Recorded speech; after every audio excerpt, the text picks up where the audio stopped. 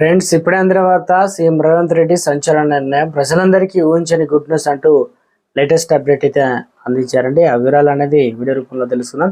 అదేవిధంగా వీడియోను స్కిప్ చేయకుండా పూర్తిగా చూడండి. కంప్లీట్ ఇన్ఫర్మేషన్ అయితే అర్థమవుతుంది. ఇంకా ఎవరైనా సరే మన ఛానల్ సబ్స్క్రైబ్ అయిపోతే వెంటనే ఛానల్ సబ్స్క్రైబ్ చేసుకోండి.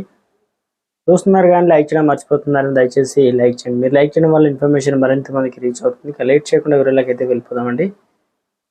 తెలంగాణ రాష్ట్రంలో మొత్తం మీద అయితే సీఎం రేవంత్ రెడ్డి ఒక గుడ్ న్యూస్ అయితే అందించారన్నమాట.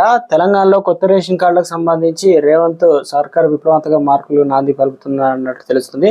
కొత్త రేషన్ కార్డులు జారీలో పాత పద్ధతిలో స్వస్తి పలకాలని నిర్ణయించినట్లు ప్రచారం జరుగుతుందన్నమాట. ఇందులో తెలంగాణ కొత్త రేషన్ కార్డులు ఇకపై పాత రేషన్ కార్డులు మాదిరి కాకుండా స్వైప్ కార్డుల తరహాలో ఉన్నట్టు వార్తలు అయితే వస్తున్నాయి. అంటే ఏటీఎం ఏదైతే డబ్బులు తీసుకోవడం స్వైప్ కార్డులు ఉంటే ఆ రకంగా అయితే ఉండబోతుందట. ఈ కొత్త రేషన్ కార్డులు తీసుకురావాలని ప్రభుత్వం భావిస్తున్నట్లు సమాచారం. కార్డు స్వైప్ చేసి షాపింగ్ చేసినంత సింపుల్గా ఏటీఎంలో కార్డు పెట్టి డబ్బులు తీసుకున్నంత సులభంగా ఇకపై తెలంగాణలో రేషన్ సరుకులు తీసుకునే వెసులుబాటు కల్పించేందుకు ప్రభుత్వం ఆలోచన చేస్తున్నట్టు తెలుస్తుంది. ఒక ఐడి కార్డు పరిమాణంలో ఉండే స్వైపింగ్ కార్డును రూపొందించి అందులో ఒక చిప్ను అమర్చాలని ప్రభుత్వం డిసైడ్ అయినట్లు సమాచారం. ఈ కొత్త రేషన్ కార్డు స్వైప్ చేయగానే చిప్ యాక్టివేట్ అయ్యేలా కార్డును డిజైన్ చేయనున్నారు. ఇక చిప్ యాక్టివేట్ అయిన క్షణాల్లోనే రేషన్ లబ్ధిదారుకి వివరాలు, కుటుంబ సభ్యుల వివరాలు, పూర్తి సమాచారం మానిటరింగ్ లో డిస్ప్లే అయితే అవుతుందన్నమాట.